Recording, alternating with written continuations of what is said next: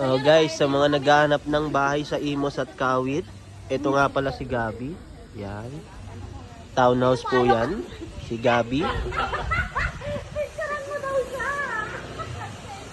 Ito naman po si Felicity. Solo house po yan. Ayan, kung makikita nyo. Single house po yan. Felicity. And then, ito naman po si Era. Single house din po yan. Ayan, kung makikita nyo. So, ito naman po si Bea. Single house din po yan. Single house. Ayan, single house, solo house. Yan, yan po yan. And then, ito naman si Dana. May ano po yan, balcony. Ayan po. Single house din po yan. Ito naman po si Cheska. Townhouse po yan.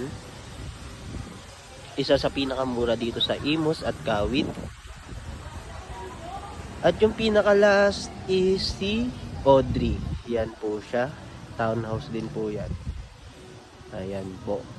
So sa mga naghahanap ng bahay dito sa Imos at Kawit, ito na po ang pinakamura at pinakamalapit.